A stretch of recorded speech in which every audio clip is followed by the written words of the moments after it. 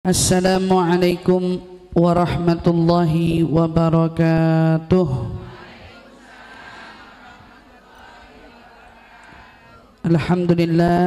Alhamdulillahi rabbil alamin.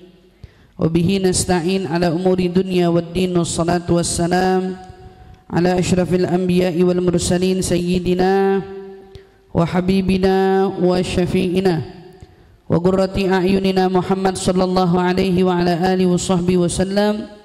Subhanaka la ilma lana illa ma 'allamtana innaka antal alimul hakim. Rabbi zidna ilma warzuqna fahman. Amin ya rabbal alamin. Allahumma inna nas'aluka ilman ladunni wal mashrab as-safi al-hani ya wahhab ya ghani. Allahumma inna nas'aluka ilman ladunni wal mashrab as-safi al-hani ya wahhab ya ghani. Allahumma inna nas'aluka ilman ladunni wal mashrab as-safi al-hani ya wahhab ya ghani. Nawaitu ta'allum wa ta'lim wal naf'a wal intifa' wal mudzakarah wat tadhkir wal ifada wal istifada wal hitha ala tamassuk bi kitabillah wa sunnati rasulillah sallallahu alaihi wasallam wad du'a ila al huda wad dilalata ala al khair ibtigha'a mardati wa qurbihi wa thawabi wa husnul khatimah ma'al lutfi wal afiyah was salahil aqibah bi rahmatika ya arhamar rahimin. Amin amin amin ya rabbal alamin. Ibu, saya izin angkat telepon dulu karena yang telepon guru saya sebentar.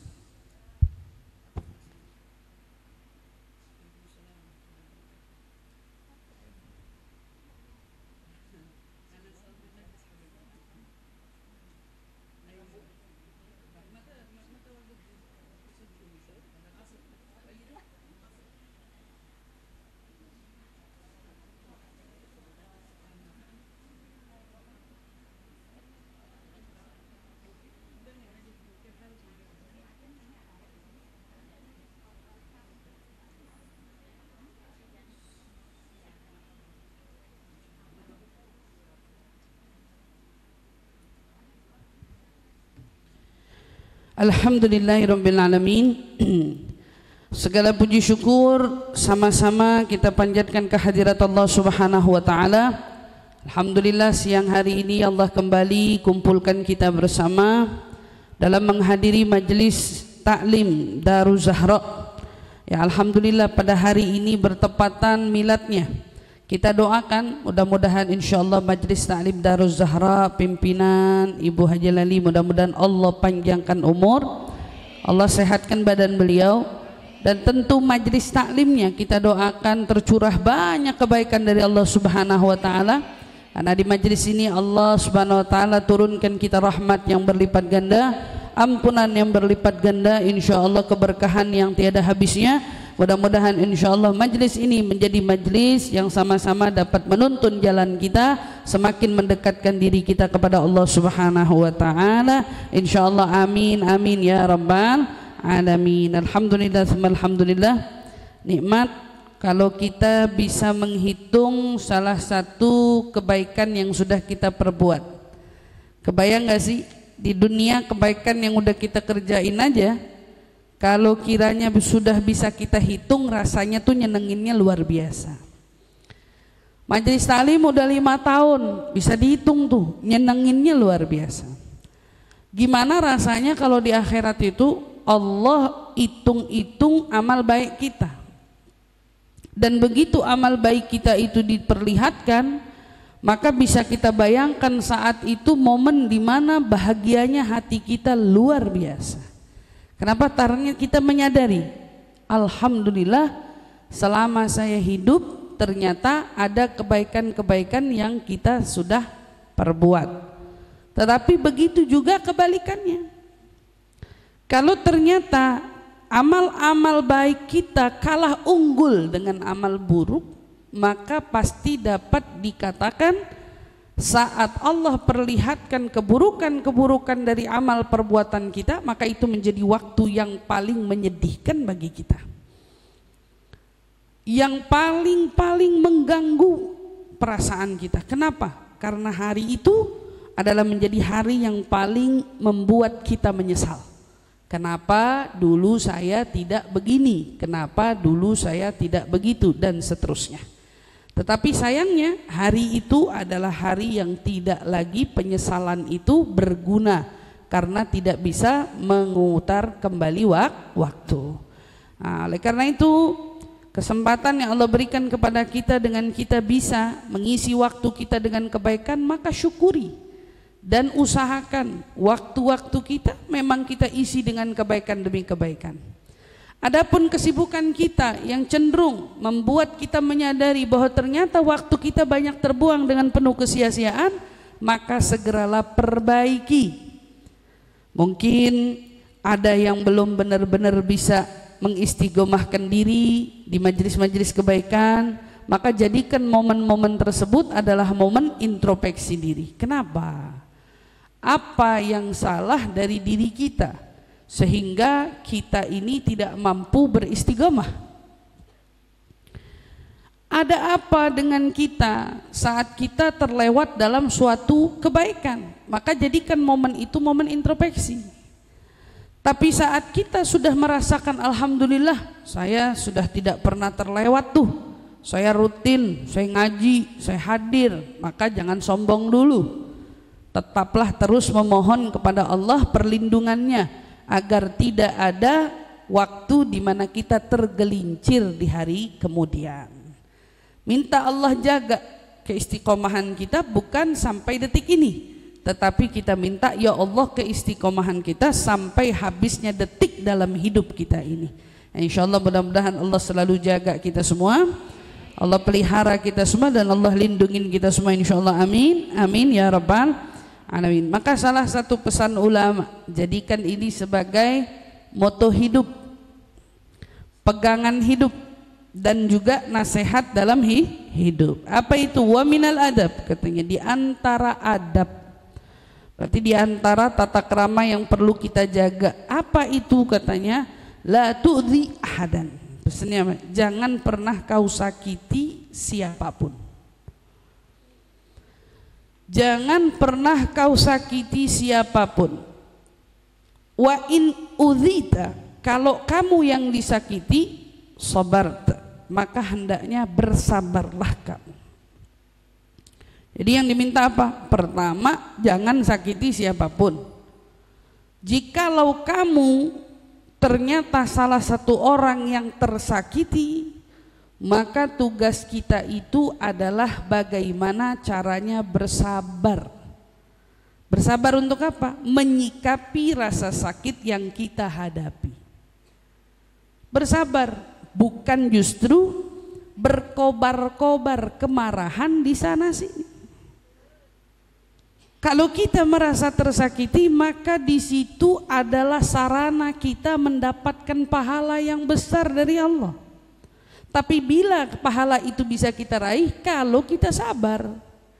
Kalau kitanya sudah berkoar-koar, marahnya berkobar-kobar, maka dapat dipastikan rasa sakit yang kamu rasa tidak mendatangkan pahala sama sekali. Justru ini menjadi kesempatan kita, Bu, mending ngerasain sakit di dunia daripada ngerasain sakit di akhirat. Selagi kita baru ngerasain rasa sakit hati sambil colek tubuh kita, kamu masih di dunia, berarti semuanya aman-aman aja. Kalau kita masih ngerasain sakit di dunia, berarti kesempatan rasa sakit ini membawa kita mendapatkan pahala di akhirat sana. Jadi kalau seumpamanya kita mau belajar, pertama langkahnya belajarlah untuk tidak menyakiti siapa-siapa.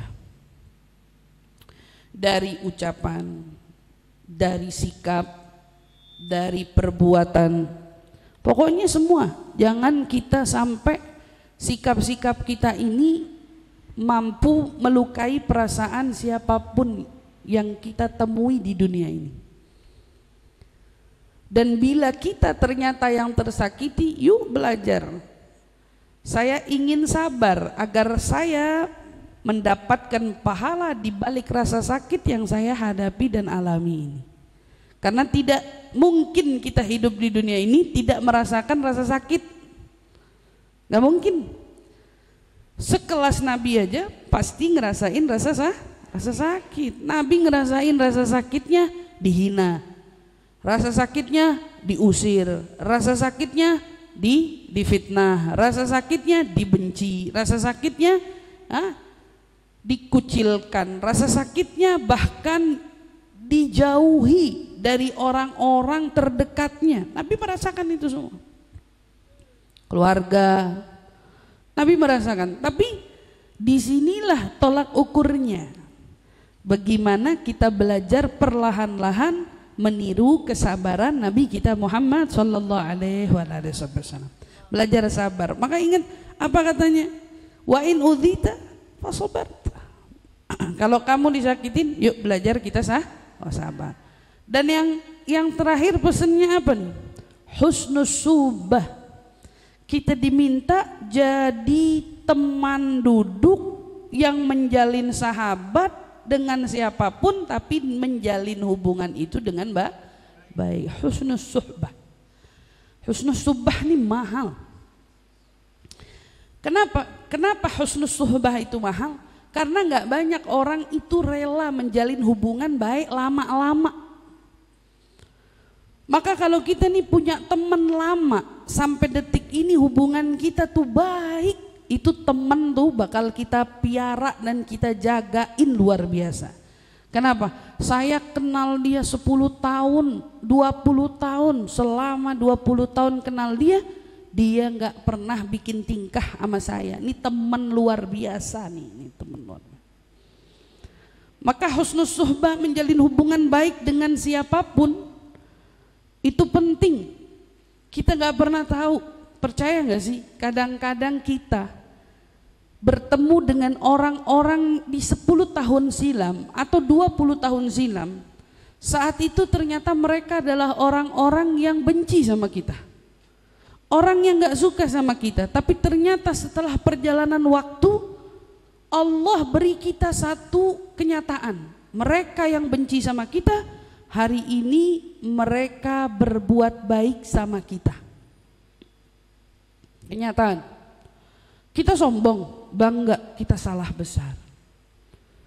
Kalau kita pernah disakiti lalu tiba-tiba hari ini orang yang nyakitin itu berbaik-baik sama kita, sebelum kita merasa bangga, coba sama-sama kita renungkan, mungkinkah kita salah satu dari mereka yang dulu pernah acuhkan orang, kemudian setelah berlalunya tahun demi tahun, orang belum lupa dengan acuhannya kita, tetapi ternyata kita sudah pura-pura baik-baik lagi sama dia. Nauzubillah min dzalik. Kita masih ingat betul cara dia berbuat tidak baik sama kita. Tetapi hari demi hari berlalu, 10 tahun berlalu, mungkin 20 tahun berlalu, orang itu kembali lagi bertemu, tapi tidak seperti dulu waktu kita pertama bertemu. Mereka sudah manis, mereka sudah baik, mungkin juga mereka sudah berubah. Tapi yang jadi pertanyaan, jika itu kita, bagaimana malunya diri ini? Malunya diri ini. Adakah mungkin kesalahan-kesalahan kita yang pernah terlewat di masa-masa silam, yang kemudian itu kembali terulang dan kembali terjadi? Atau mungkin hari ini setelah kita mengaji, kita belajar, kita menyadari, ya Allah, mungkin 10 tahun yang lalu, 20 tahun yang lalu banyak saya tuh ngasih muka gak enak sama orang, banyak saya tuh cuekin orang, banyak saya tuh mungkin pelengosin orang, banyak saya tuh gak nganggep orang. Lalu kemudian hari ini karena kita belajar, kita sudah apa? Kita sudah manis sama semua orang, kita baik sama orang. Harapannya apa? Ya Allah, mudah-mudahan orang yang melihat kita baik hari ini, mereka tidak terkenang dengan keburukan-keburukan kita di waktu-waktu kemarin, di waktu-waktu yang lalu. Maka ini pentingnya apa? Jagain jalinan hubungan dengan siapapun. Husnus suhbah bima amkan. Kamu bisa jagain hubungan kita sama siapa aja, semampu kita jagain. Dah, yang lewat. Tapi kita minta mudah-mudahan Allah tutup semua ingatan orang tentang apa dari keburukan yang pernah kita perbuat.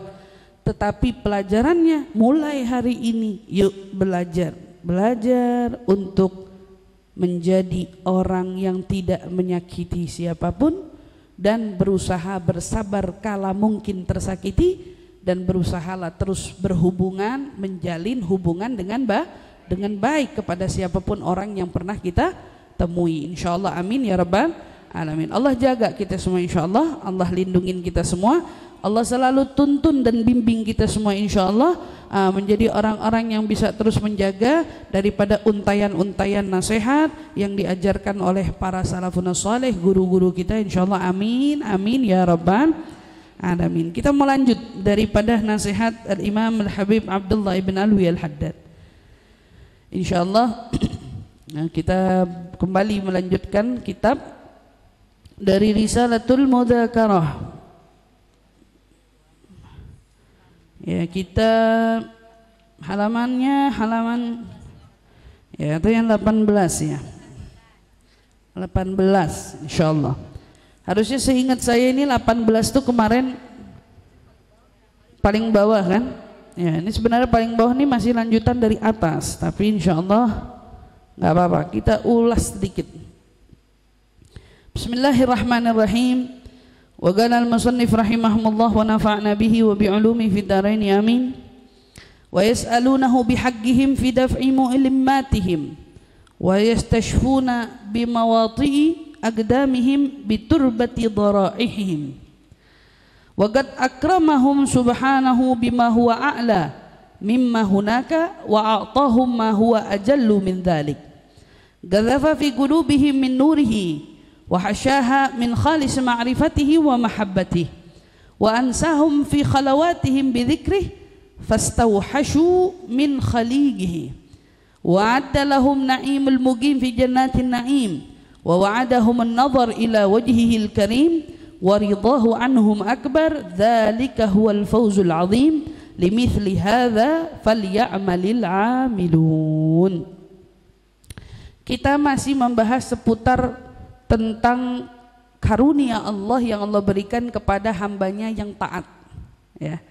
Jadi orang taat itu kan luar biasa, dan itu adalah tugas kita semua, bahwa kita selaku hamba diminta untuk apa? Untuk taat, berusaha sebisa mungkin mentaati semua apa yang Allah perintahkan, dan berusaha sebisa mungkin menjauhi semua apa yang Allah minta kita jauhkan. Nah, apa aja nih yang Allah kasih?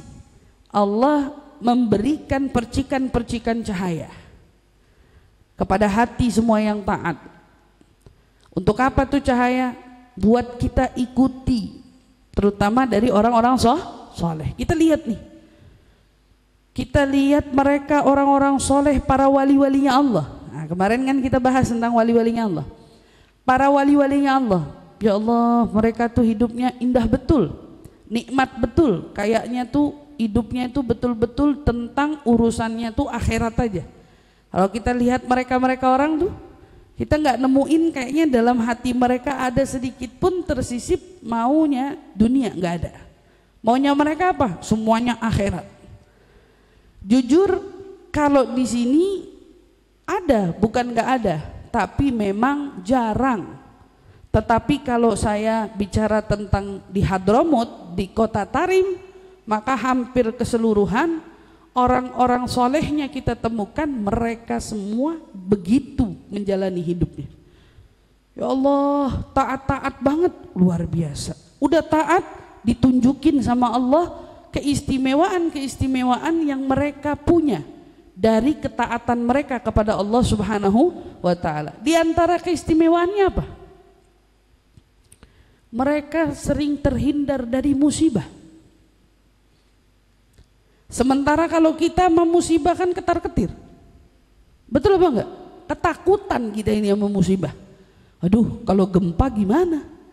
Kalau ada banjir gimana? Kalau ada angin yang tiba-tiba datang muter-muter di atap rumah kita gimana? Kita ketakutan, wajar kita ketakutan. Karena kita nggak punya apa-apa. Tapi kalau mereka orang-orang soleh, orang-orang yang taat, apa yang mereka mau takutin? Musibah pasti dihindarin sama Allah. Kenapa? Karena mereka menjaga Allah, maka Allah pasti jaga mereka. Kenapa kita hari ini nggak percaya, khawatir kalau kita kena musibah? Karena kan kita ngejaga Allahnya juga nggak totalitas. Jadi kita nggak percaya diri kalau kita bakal dijaga, karena kitanya juga sama hal-hal yang Allah minta jaga, kita belum totalitas. Tapi kalau mereka mengerjakan ibadah totalitas, mereka mengerjakan kebaikan totalitas. Begitu mereka mengerjakan semuanya totalitas, maka muncul di hati mereka keyakinan Allah bakal jagain, Allah bakal lindungin, Allah bakal jauhin. Bahkan hebatnya, ini hebatnya, Allah karuniakan berkat mereka kita bisa terhindar dari musibah. Bayangin, berkat orang soleh itu, berkat orang-orang taat itu, kita bisa terhindar dari musibah. Begitu kita tawasul dengan salah satu karamahnya orang soleh, atau menyebut salah satu nama kekasihnya Allah, kita yang tadinya mau ketimpa musibah jadi nggak jadi ketimpa musibah. Itu kenapa mereka bisa dapetin keistimewaan sebesar itu? Jawabannya cuma satu, Bu, karena taat. Maka kalau kita temukan adanya rahasia-rahasia hebat yang dimiliki oleh orang-orang soleh dan para kekasih Allah, itu kalau ditanya kenapa mereka bisa mendapatkan hak istimewa sebesar ini, itu karena mereka taat. Makanya kita harus belajar jadi hamba itu untuk taat, jadi hamba itu untuk patuh. Nah, salah satu nih, ini salah satu yang pengen saya sampaikan, salah satu, Bu, yang bisa membuat kita mudah dalam menjalankan taat dan lebih besar peluangnya dalam menghindari maksiat, tahu nggak gara-gara apa? Gara-gara punya guru. Tuh, gara-gara punya guru. Jadi kenapa Ustazah ngomong kayak gitu? Beneran, ada satu kisah nih. Asy-Syaikh Umar Al-Mahdar, wali min auliyaillah, di Hadramut itu sampai ada masjid dikenal ikonnya Tarim, Masjid Muhdar namanya, Masjid Muhdar. Ya, beliau membangun masjid itu langsung beliau sendiri, menaranya dibangun sama beliau sendiri. Pokoknya orang soleh ini, anaknya orang hebat, beliaunya hebat, saudara-saudaranya semuanya orang hebat. Singkat cerita, punya muridnya satu waktu pernah hampir maksiat, hampir ngelakuin salah. Di tengah-tengah muridnya sedang berbuat, artinya berbuat dosa ini, berbuat kesalahan ini. Jadi dia lagi deketin perempuan, lagi mau coba pendekatan sama perempuan. Tiba-tiba nggak tahu datang dari mana, ada utusan siapa? Orang datang ke dia ngasih tahu, kamu dipanggil sama gurumu Syekh Umar Mahdar sekarang juga. Ini lagi, kalau bahasa kita, lagi nanggung, lagi PDKT, lagi asik-asik. Karena punya guru, dipanggil, segen, takut, hormat ceritanya. Maka apa yang dilakuin? Ditinggali. Dia pergi buru-buru samperin gurunya. Begitu sampai ternyata gurunya lebih tahu lebih dulu kalau dia lagi ngelakuin kesalahan. Sama gurunya diambilin apa? Diambilin pasir, ditaruh di atas kepalanya. Ini perbuatan pertama dan yang terakhir sejak hari ini, jangan pernah kamu ulangi lagi. Punya guru, kalau gurunya punya ainul basirah, punya pandangan batin, nah gitu. Jadi ternyata salah satu nikmat itu punya guru. Nah, Syekh Umar Mahdar ini wali kan, orang soleh kan. Itu kalau kita lagi punya hajat, Bu, kalau kita lagi punya hajat, terus kemudian kita sebut namanya, ya Umar Mahdar, gitu. Itu tuh karomahnya dengan cepat memberi pertolongan kepada kita, karena dia disebut dengan sahibud darak. Kalau namanya disebut cepet banget nolongnya, padahal beliau udah nggak ada. Kesimpulannya saya mau nyampaikan apa? Kenapa dia dapat hak istimewa ini? Karena waktu hidupnya dia betul-betul menjaga hukum Allah dengan totalitas. Jadi kalau kita hari ini bertanya-tanya kenapa hidup kita pas-pasan, amal kita pas-pasan, yang datang kepada kita dari anugerah juga pas-pasan, mungkin cenderung dibilang sedikit. Sebabnya apa? Karena kita pun terhadap Allah pas-pasan, sama Allah pas-pasan. Tapi hebatnya mereka orang-orang taat, mereka sendiri bisa menjadi asbab tawasul. Bayangin, merekanya tuh orang-orang saleh, para kekasih Allah, mereka bisa jadi asbab tawasul.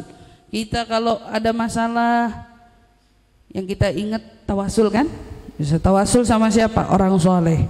Salah satunya tadi sholawat yang dibaca, kita baca sholawat tapi bi ahlil, kalau bahasa bi ahlil badri, ya Allah, tawasulnya sama siapa di sholawat itu? Sama ahlu badr. Salatullah salamullah ala toha rasulillah, itu sholawatnya. Tapi setelah sholawat kita tawasulnya sama siapa? Ahlu badr. Tawassalna bi bismillah.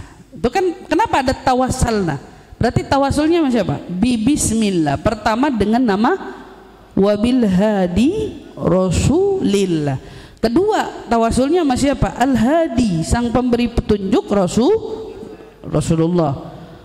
Wa kulli mujahidin lillah, dan seluruh para mujahid di jalan Allah, namanya dibawa.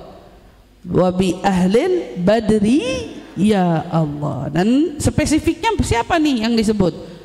Ahli Badr. Ahli Badr ya Allah, sebut nama ahli Badr. 313 orang, semuanya punya keistimewaan. Kenapa? Mereka dekat, orang-orang yang diistimewakan sama Allah dari sekalangan para sahabat Nabi ridwanullah alaihim ajmain. Ahlu Badr semua jaminannya surga. Jaminannya semua surga. Kita tawasul sama mereka karena mereka sahabat, karena mereka perang bareng sama Nabi Badr. Banyak asbab-asbabnya, tapi yang pasti mereka para orang-orang taat. Dan kita belajar untuk jadi orang-orang taat. Kita berusaha kepengen selalu taat sama Allah Subhanahu wa ta'ala. Kita berusaha untuk selalu belajar untuk mengikuti jejaknya para orang-orang taat, yaitu orang-orang saleh, insyaallah, amin. Apa sampai di situ? Enggak. Mereka juga jadikan sebab untuk kita jadikan wasilah keberkahan. Wasilah keberkahan. Menurut ahlu sunnah wal jamaah kalangan kita, apakah tidak terbilang syirik orang yang ngambil-ngambil berkah? Bahasanya begitu. Karena kan berkah-berkah itu nggak ada, zaman Nabi nggak ada. Pasti ngajinya kita preferensinya lebih sedikit. Karena kalau ngajinya lebih banyak, kamu pasti akan menemukan referensinya lebih banyak. Ada nggak orang-orang yang ngambil berkahnya banyak? Pernah dengar kisahnya Nabi potong rambut? Nabi Muhammad dulu haji kan? Kalau Nabi itu umroh atau haji kan sunnah orang laki botak ya. Bukan waktu dikala itu Nabi selesai tahallul, habis tahallul Nabi potong rambut. Waktu Nabi potong rambut itu sahabat bedubel-dubel berebutan ngambil rambutnya Nabi. Makanya rambutnya sampai sekarang masih ada, dipiara, bahkan rambutnya hidup, tiap tahun nambah sentinya. Percaya apa enggak? Itu di Abu Dhabi punya rambutnya Nabi sampai panjang. Mereka para kolektor ma'athir, peninggalan Rasul sallallahu alaihi wasallam, rambutnya panjang. Itu panjang. Mana ada Nabi Muhammad rambutnya begitu? Nabi Muhammad rambutnya emang enggak segitu. Kenapa bisa panjang? Karena memang rambutnya hidup. Sampai sekarang hidup. Walau nabinya udah meninggal, tapi yang tersisa dari nabi hidup sampai sekarang. Bayangin, rambutnya hidup, tiap tahun manjang. Guru saya Sayyidil Habib Nagib begitu juga, punya apa? Alhamdulillah beliau punya rambutnya nabi. Satu waktu begitu pertama beliau dapat gitu, dihadiahin sama orang, dia ngetes kita, baca sholawat depan ini rambut, kata dia bilang. Kalau dia baca sholawat depan rambut ini nanti rambutnya geter, kata dia. Kalau saya pernah nyaksiin, ada yang punya, salah satu habaib di Abu Dhabi punya rambutnya nabi, itu kalau dibacain gosidah, baca gosidah burdah, baca gosidah apa, rambutnya joget. Rambutnya joget. Kalau yang apa namanya, yang saya memang betul-betul apa namanya nyaksikan dengan mata telanjang gitu. Kalau itu kan ditutup pada saat itu dengan apa, dengan kaca. Lalu itu mata telanjang, di rambut. Suruh baca sholawat. Begitu kita baca sholawat, bener rambut itu kayak gangsing muter. Ada magnet tersendiri. Ini rambutnya Nabi, rambut paling mulia di atas muka bumi, nggak ada rambut yang sepertinya.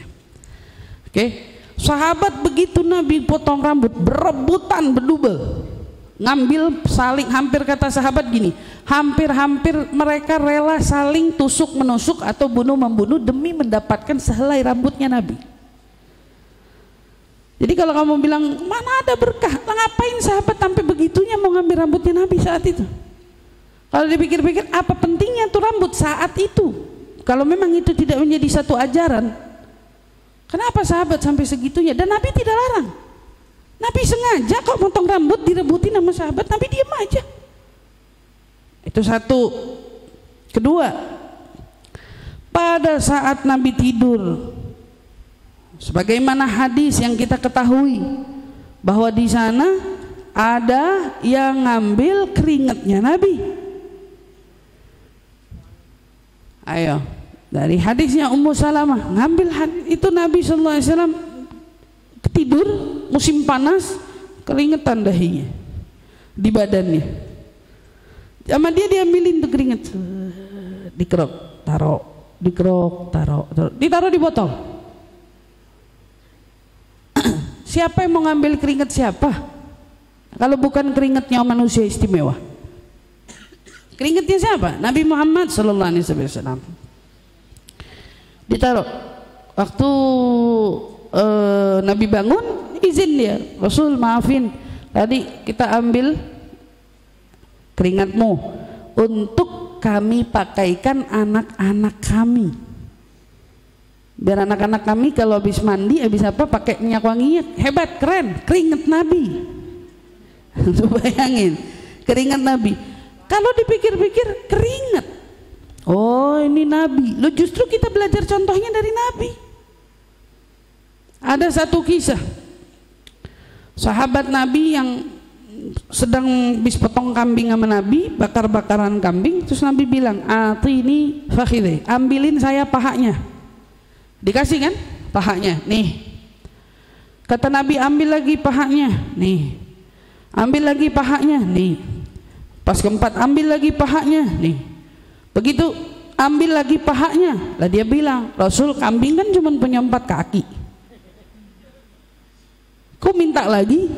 Nah, Nabi bilang gini, kalau kamu tadi kasih aja, itu paha nggak bakalan stop, terus bakal dikasih sama Allah Subhanahu Wa Taala. Kamu tinggal ngambil aja, ambil pahanya nggak bakal habis. Ngomong sih. Ngomong sih nggak jadi, gitu. Intinya apa? Satu, bahwa keberkahan itu bukan sesuatu yang tidak boleh, bukannya tidak ada, justru ada dan nyata. Ada dan nyata. Di antara contohnya seorang sahabat Nabi sendiri loh, Khalid ibnul Walid yang mendapat julukan pedangnya Allah. Khalid ibnul Walid ini kalau tempur nggak ada yang bisa ngalahin dia. Tapi ternyata di balik kekuatan tempurnya ada satu hal yang tidak dilihat dengan kasat mata manusia. Orang nggak ada yang tahu ada apa dengan Khalid, kenapa dia sampai memiliki kepercayaan diri dan keyakinan dia nggak bakalan kalah sampai dijulukin nama Nabi pedangnya Allah. Ada sebab, ada di antara apa yang dijalani oleh Khalid itu ternyata satu waktu dia pernah berperang, tiba-tiba kopiahnya, pecinya terjengkal, jatuh, terpental jauh, ketendang-tendang sama kuda lagi perang.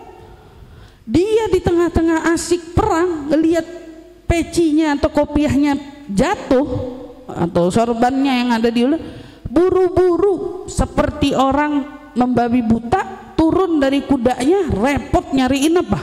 Nyariin kopiahnya. Kata orang-orang bilang, "Khalu ya Khalid, biarin aja, itu juga udah usang." Gak mau denger. Khalid tetap turun, dia berusaha sebisa mungkin untuk apa? Untuk mengambil kembali dia punya apa? Dia punya kopiahnya, dia punya turbannya, kopiahnya. Sampai ada yang ngambil, kemudian diserahkan. Orang-orang bilang, selesai perang, "Khalid, itu kopiah usang, udah lama, kenapa kamu sampai segitunya?" Istilahnya gitu. Khalid bilang, kopiahnya mah gak ada arti, tapi yang di dalam kopiah yang berarti. Ternyata apa yang di dalam kopiah? Rambutnya Nabi. Jadi kalau mau ngomongin berkah terus nyalah-nyalahin, gak ada itu berkah-berkah. Ngaji dulu yang benar. Kalau kamu orang yang tidak percaya berkah, diem aja mendingan daripada menyalahkan para yang meyakini berkah. Gitu loh, diem aja, saya nggak percaya berkah, ya udah itu hakmu. Tapi kita yang percaya berkah, kita percaya bukan karena ego, kita percaya karena adanya bukti. Para sahabat yang berebutan cium tangan Nabi ada, bukan nggak ada. Dan semua itu para sahabat yang ngambil makanan bekas Nabi itu ada, bukannya nggak ada. Hadisnya jelas. Nah, karena Nabi sudah tidak ada, maka mereka akhirnya apa? Turunlah kepada ada yang ngambil berkah itu dari cucu-cucu Nabi, dari orang-orang yang berjalan di jalan Nabi. Tentunya mereka lah ahli taat, orang-orang taat ini yaitu kaum solihin. Yang kita pun akhirnya dengan mereka bertawasul, ngambil berkah. Oh, ini makanan bekas Habib Fulan, ini makanan bekas Habib Fulan. Ya Allah, nikmat betul luar biasa. Ini makanan bekas potongan makanan ini makanan. Ya Allah, kita mau berebutan kalau bisa. Sampai bukan hanya hidupnya, kuburannya pun menjadi tempat incaran berkah. Kuburannya pun menjadi tempat incaran berkah. Nah, ini ribut lagi. Mana boleh sama kuburan begitu. Syirik itu namanya menyekutukan Allah. Lagi-lagi Bu, kita semua itu belajar kenapa ngalap berkah dari kuburan. Itu bahasanya berkah dari kuburan karena kita lihat dulu sahabat Nabi kalau udah mereka suntuk, mereka bingung, mereka rindu sama Nabi, apa yang mereka lakuin? Mereka ziarah ke makam Nabi. Sebagian dari mereka pegangin kuburan Nabi. Kan kalau dipikir-pikir, ngapain sahabat pegangin kuburan? Malu aja, nggak ada hajatnya, doa aja dari jauh. Tapi mereka pegang. Kalau ditanya ada nggak hukumnya, lamas wal masah, nyentuh, megang, itu mah kembali ke dasar keyakinan aja Bu. Dan itu tidak ada kaitannya sama apa? Sama syirik. Apa urusannya sama syirik? Orang kita doanya tetap sama Allah kok, mohonnya tetap sama Allah kok. Tapi karena kita tahu mereka orang-orang soleh, mereka orang-orang dekat, kita pun berziarah kepada mereka karena kita tahu wasilah-wasilah mereka ini bisa bikin kita lebih cepat dapat akses untuk diijabah sama Allah. Kalau tawasul sama amal soleh aja boleh, itu ada hadisnya. Mereka para pengutuk berkah nggak bisa ngomong ini. Tawasul sama amal soleh boleh katanya. Lah, tawasul sama amal soleh boleh, apalagi sama orang mengamalkan amal soleh. Mikirnya gitu. Jadi intinya ngambil berkah itu di keyakinan kita Ahlus Sunnah wal Jamaah, nggak ada yang salah, tidak ada yang salah, dan sangat boleh, bukannya nggak boleh. Justru disinilah kita sadar, ya Allah, kita kalau ziarah ke makam orang soleh jadi belajar apa? Ini orang di dunia taat sama Allah, dekat sama Allah, wafat pun dibuat mulia sama Allah. Iya kan? Wafat pun dibikin mulia sama. Kita bisa datengin makam umurnya ratusan tahun, kenapa masih dijaga sama Allah? Buat apa dijaga sama Allah?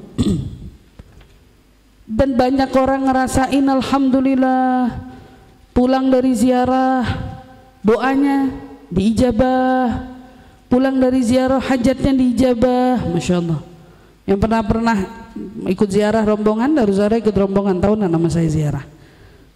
Berapa banyak orang yang datang dengan membawa hajat, ya, tak lama dari ziarah dia langsungkan, kemudian hajatnya dia dapat, hajatnya dia terima, karena orang soleh dekat sama Allah. Begitu. Allah Subhanahu Wa Taala muliakan mereka, itu diantara kemuliaannya. Apalagi yang Allah muliakan para ahli taat, Allah muliakan mereka dengan sesuatu yang lebih besar daripada semua yang tadi kita kasih, yang kita uraikan. Nikmat ini kemarin udah kita bahas semua. Di antara apalagi yang Allah kasih, mereka mendapatkan kenikmatan yang lebih tinggi dibandingkan dengan nikmat-nikmat di atas. Allah mengaruniakan mereka yang lebih agung. Dengan apa? Allah tancapkan di hati mereka cahayanya Allah. Cahayanya Allah. Tadi saya pergi ke sini bawa kitab. Salah satu ulama tasawuf, Syekh Ibn Athaillah As-Sakandari, ulama besar. Dalam kitabnya ada satu orang, Ibn Jarir, ulama, dia nulis di kitabnya itu, ditulis. Baru banget nih saya baca. Subhanallah, ternyata relate. Kadang-kadang tuh ya, Allah kenapa tuntun saya dari sekian kitab di lemari saya, malah yang saya comot itu. Ternyata begitu saya bawa, oh ternyata ini bakal saya bahas. Saya nggak nyadar, ternyata ada pembahasannya. Apa? Orang-orang yang hatinya ditancapkan sama Allah dengan cahaya, mereka kan orang-orang soleh, dengan cahaya, hatinya penuh dengan Allah. Hatinya penuh dengan Allah. Salah seorang dari mereka ada yang kerjaannya, ceritanya nih Ibn Jarir cerita, yang kerjaannya kalau kemana-mana kita bakal dengerin nih ada suara halus keluar dari mulutnya, Allah, Allah, Allah, zikirnya gitu, Allah, Allah, Allah, kemana-mana Allah. Satu ketika dia lagi jalan, ada pohon tumbang, kenalah kepala dia, retak kepalanya, bocor. Begitu kepalanya retak, bocor, tetesan darah yang netes ke tanah. Kok bisa-bisanya tuh darah yang netes langsung bertuliskan lafaz Allah. Lima dzalik, kok bisa kayak gitu? Karena mereka sudah begitu tertaut sama Allah. Mereka begitu dekat sama Allah, seolah bukan hanya hati, karena hati kalau sudah terpancar dengan cahayanya Allah, matanya, telinganya, anggota tubuhnya, semuanya itu kalau bisa nyebutnya Allah, Allah, Allah, Allah, Allah, Allah, dan seterusnya. Kita zikir sebentar ngantuk, bacaan sedikit sebentar aus, bacaan sedikit sebentar kapan kelarnya, tadi bilang, masya Allah. Ini enggak, ini sepanjang waktu. Pokoknya orang duduk sebelah dia, deket dia, Allah, Allah, suara halus, hening. Yang keluar dari lisannya selalu Allah, Allah, Allah. Dan bukan satu, dua orang dari orang-orang soleh yang Allah beritahukan kepada kita, karena hati mereka yang dekat dengan Allah menunjukkan kepada kita, wah, ma'rifatnya mereka tuh sama Allah luar biasa. Kalau kita nih kan masih jauh dari level ma'rifat. Kita masih level-levelnya siapa kita ini? Hah? Hakikat aja belum. Kita di mana nih? Kita tarikat belum juga. Bicara tarikat kayaknya belum juga. Sampai tarikat, hakikat, ma'rifat kayak kita di mana tuh? Hah? Kita masih di syariat ya, syariat yang lagi kita belajar pelan-pelan untuk kita amalkan. Masya Allah, karena orang kalau sudah bersyariat pasti naik level, dia bertarikat. Maka lihat Allah Subhanahu wa ta'ala muliakan mereka dengan apa? Ini yang paling besar, mencurahkan cahaya di hati mereka, meliputi hati mereka semua para ahli taat dengan apa? Dengan ma'rifat. Kalau sudah di level ma'rifat, apa yang terjadi? Maka hatinya penuh dengan cinta. Cinta. Ini yang disebut dengan, kadang-kadang ya, kita tanya-tanya, kenapa Rasulullah itu kok bisa ngadepin yang jahat itu dengan baik? Pernah nggak bertanya-tanya gitu, kok bisa ya Rasulullah tuh ngadepin yang jahat dengan baik? Karena kalau levelnya para orang soleh sampai di level ma'rifat, maka orang yang paling tinggi kedudukannya dari sisi ma'rifat itu kan Nabi Muhammad SAW. Nah emang kalau sudah ma'rifat yang ada apa? Cinta. Gak ada lagi benci, gak ada lagi sakit hati. Yang adanya apa? Udah cinta aja. Makanya kok bisa disakitin malah doanya Allah mahdi gaumi fa innahum la ya'lamun. Ya Allah tolong bimbing kaumku, sungguhnya mereka orang-orang yang tidak tahu.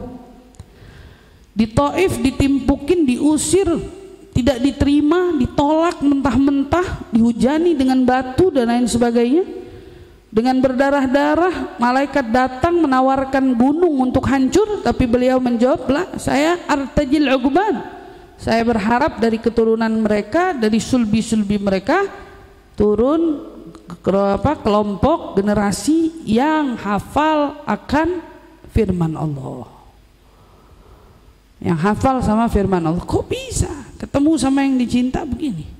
Ini kalau udah hatinya penuh dengan makrifat, gak ada lagi yang namanya sakit hati, dendam, benci dan seterusnya. Isinya apa? Cinta sama Allah. Cinta sama Allah udah pasti cinta sama hambanya ya. Masya Allah. Senangnya apa? Zikir. Zikir sampai apa? Apa zikir? Enggak sampai khalwat. Tuh pernah dengar kata khalwat enggak? Oh, khalwat itu apa? Ada yang tahu khalwat? Khalwat itu menyendiri. Kalau bahasa kita betapa nggak enak banget. Betapa mau buat orang-orang yang lagi semedi itu ngapain? Wan betapa ya khalwat. Arti lain sih dipahami semua orang kita betapa gitu. Padahal ini khalwat, pergi kemana? Ke gunung, diam sendiri, nggak keluar, nggak ketemu orang dalam kurun waktu bertahun-tahun. Ada yang kayak gitu, ada. Mereka merasa terasyikkan dengan zikirnya mereka sama Allah. Sampai kayak rasanya apa? Udah nggak demen deh ngedengar suara orang. Pernah dengar Nabi Musa alaihissalam waktu pulang dari Gunung Sinai? Nabi Musa pertama kali diajak ngomong sama Allah, dia dengar kali apa? Allah berbicara. Begitu Nabi Musa turun ketemu orang, tiap kali dengar orang ngomong muntah. Muntah-muntah Nabi Musa. Kenapa? Bayangin habis dengar kalamullah, yang ngomong Allah enak nih. Toto dengar manusia yang ngomong. Kita aja suara manusia berisik sedikit bising pusing kepala kita. Nabi Musa habis dikasih kenikmatan bicara sama Allah, mual dia dengar suara orang. Saking enaknya habis dengar dengan sama Allah. Oke kan ada adegan di mana Allah mengabadikan momennya Nabi Musa. Allah tanya, "Wa ma tilka biyaminika ya Musa?" Tanganmu ada apa? Tinggal jawab tongkat, tapi dijawabnya sama Nabi Musa panjang banget. Oh, tangan saya ada tongkat ini kegunaannya untuk saya bersandar, untuk saya. Yang nanya siapa? Bahasanya kan gitu. Tapi kenapa Nabi Musa ngomongnya panjang? Hadza asaya tawakkal 'alaiha asyudu biha. Kok bisa dia jawab kayak gitu? Oh, karena dia mau panjang-panjangin momen ngomong sama Allah. Ya Allah nanyanya 1 dijawabnya 5. Saking dia menikmati mukalamah itu, obrolan itu. Kita kalau senang sama orang, sayang sama orang, cukup teleponan sejam, nggak cukup, pengennya lebih. Ceritanya karena cinta. Nah ini kalau ahli taat karena hatinya dipenuhi cinta sama siapa? Sama Allah. Dia maunya disibukin sama zikir, senangnya zikir, maunya menyendiri, nggak banyak mau duduk sama manusia, nggak senang kumpul-kumpul sama manusia, ibaratnya gitu, enggak. Allah Subhanahu wa ta'ala menyiapkan untuk mereka semua ini kenikmatan yang paling abadi di surganya Allah Subhanahu wa ta'ala, dan menjanjikan mereka ahli taat ini dengan apa? Janjinya dengan memandang wajahnya Allah Subhanahu wa ta'ala. Kita kan tahu penghuni surga itu nanti dikasih nikmat lebih besar daripada nikmat surga. Nikmatnya apa? Mandang wajahnya Allah. Nah, orang dikasih nikmat mandang ini dengan kadar apa? Kadar amal kita. Ada yang dikasih ngelihat cuman sedetik, ada yang dikasih ngelihat cuman semenit, ada juga yang dikasih ngelihat sejam, ada yang dikasih ngelihat sepanjang waktu. Itu sesuai apa? Sesuai kadar taatmu di dunia, sesuai banyaknya amalmu dari amal kebaikan di dunia. Allah nggak berikan mereka sembarangan. Setelah mendapatkan kenikmatan nazar ila wajhillah, mandang wajahnya Allah, ada nikmat yang lebih tinggi di atas itu semua, ridhonya Allah. Makanya kenapa nih kita dari di dunia, kenapa kita melakukan ini? Bukan, kita nggak pernah dengar ada karena kita ingin surganya Allah, bukan. Tapi pasti kita ngomong karena kita mengejar ridhonya Allah. Karena ternyata surga itu bukan nikmat tertinggi, tapi nikmat tertinggi ridhonya Allah. Itu nikmat paling tinggi. Kalau sudah Allah bilang uhillu alaikum ridwani fala askhat ba'dahu abadah, Allah sudah ngomong saya halalkan atas diri kalian keridhaanku, setelah hari ini kalian tidak akan lagi temui murkaku. Wow, udah itu kenikmatan di atas puncak segala nikmat. Kalau bahasa gunung tertinggi di dunia ini apa? Gunung apa? Everest. Ya udah. Kalau tolak ukur kadar nikmat tertinggi itu ridhonya Allah Subhanahu wa ta'ala. Makanya para kaum sholihin tuh bilang gini, saya nggak peduli kalau ya saya ada di surga atau ada di neraka. Itu bukan hal yang penting buat saya, kata dia bilang. Enggak.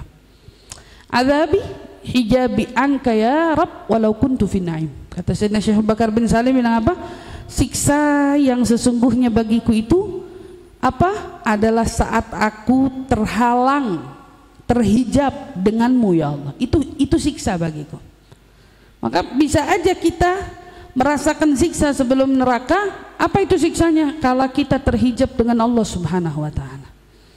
Siksa bagiku adalah saat aku terhijab darimu ya Allah. Idza